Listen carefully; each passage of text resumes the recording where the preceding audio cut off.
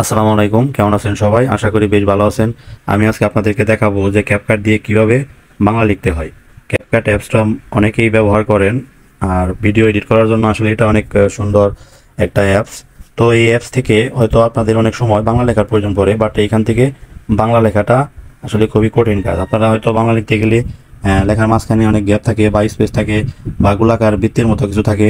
তো আমি আজকে আপনাদেরকে দেখাবো যে এই অ্যাপসটা দিয়ে কীভাবে আপনারা বাংলা লিখবেন। দেখুন, আমার এখানে কিন্তু বাংলা ফন্ট নামিয়েছি, যার জন্যে এখান থেকে আমি বাংলা লিখতে পারতেছি। তো আপনারা হয়তো এভাবে লিখতে পারেন না। তো এটা আসলে কিভাবে করলাম, আপনারা যদি সেটা দেখতে চান তাহলে এই ভিডিওটা আপনাদের শেষ পর্যন্ত মনোযোগ সহকারে দেখতে হবে, কারণ ভিডিও যদি কোথাও স্কিপ করেন অনেক সময় দেখা গেছে যে অনেক কিছু মিস করে ফেলেন এবং পরবর্তীতে সেটা আপনারা বুঝতে পারেন না। তো চলুন ভিডিওটা শুরু করা যাক।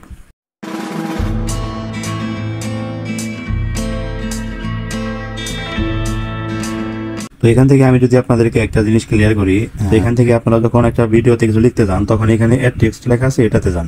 তারপর এখানে হয়তো আপনারা কিছু লিখেন, তো লেখার সময় আপনাদের এখানে ল্যাঙ্গুয়েজটা কিন্তু ইংলিশ করা থাকে।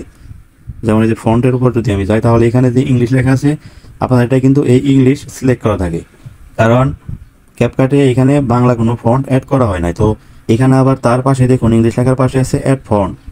এখানে আমি 3টা ফন্ট ডাউনলোড দিয়ে রেখেছি, আপনাদেরটাই হয়তো এই 3টা থাকবে না, শুধু এখানে প্লাস আইকন থাকবে। তো এই 3টা ফন্ট আমি আসলে কীভাবে ডাউনলোড করে এখানে অ্যাড করলাম সেটা এখন আমি আপনাদেরকে দেখাবো, তাহলে আপনারা বুঝতে পারবেন যে আসলে এখান থেকে কীভাবে লিখতে হয়। এর জন্য আপনারা প্রথমে আপনাদের ফোন থেকে গুগলে যাবেন। আমারটাই গুগল অ্যাপস, উপরেই সার্চ বক্স দেওয়া আছে। তো এখানে গুগলে গিয়ে আমি সার্চ করব বাংলা ফন্ট ফর ক্যাপকাট। দেখুন এখানে আমি এর আগেও সার্চ দিয়েছিলাম, তার জন্য আমার এখানে সাজেস্টে প্রথমে আসছে বাংলা ফন্ট ফর ক্যাপকাট। তো এটা লিখে আপনারা যখন সার্চ দেবেন তখন এখানে লেখা দেখবেন যে ওমিক্রন ল্যাব, এখান থেকে বেঙ্গলি ফন্টস লেখা আছে, যেটা লক্ষ্য করবেন এই লোগোটা। তো এই বেঙ্গলি ফন্টস লেখা আছে যে এটা ডাউনলোড করার যে সিস্টেমটা, এটার উপর আপনারা ট্যাপ করবেন, তাহলে এখানে দেখতে পারবেন যে এখানে কীভাবে ডাউনলোড করতে হয়। তো এখানে দেখুন অনেকগুলো কিন্তু ফন্ট দেয়া আছে, এখান থেকে যে কোনো একটা আপনারা ডাউনলোড করে নেবেন। তো এখান থেকে আমি আপনাদেরকে একটা ডাউনলোড করে দেখাবো যে এইগুলো আসলে কীভাবে কাজ করে। এগুলো প্রত্যেকটা কিন্তু বাংলা ফন্ট। তো এখান থেকে আপনারা ডাউনলোড দিয়ে নেবেন যে আপনাদের ফোনে কোনটা ভালো কাজ করে। তো এখানে দেখুন নিকশ লেখা আছে, তো এর পাশে দেখুন ডাউনলোড বাংলা ফন্ট লেখা আছে, এটার উপর ট্যাপ করবেন আপনারা, তারপর যে ডাউনলোড লেখা আছে এটাতে দেবেন। তো এটা ডাউনলোড হয়ে গেলে এটা কীভাবে ক্যাপকাটে অ্যাড করবেন সেটা আমি দেখাবো। তো এটা ডাউনলোড কিন্তু হয়ে গেছে, এখন এখানে কাজ শেষ। আমি এখান থেকে ব্যাক আসলাম, আবার আমি ক্যাপকাট অ্যাপসটা ওপেন করলাম। দেখুন এখানে কিন্তু আমি 3টা ফন্ট ডাউনলোড দিয়ে রেখেছিলাম। তো এখন আমি পরে যেটা আনলাম শুধুমাত্র নিকশ লেখা, সেটা আমি এখানে অ্যাড করব। তো এর জন্য যে প্লাস আইকন আছে এটাতে যাবেন, তারপরে এখানে দেখুন আপলোড ফাইল, এটাতে যাবেন। এখানে যদি শো করে তাহলে তো ভালো, আর এখানে শো না করলে উপরে দিকে দেখুন দিস উইক লেখা আছে, এটার উপর ট্যাপ করবেন।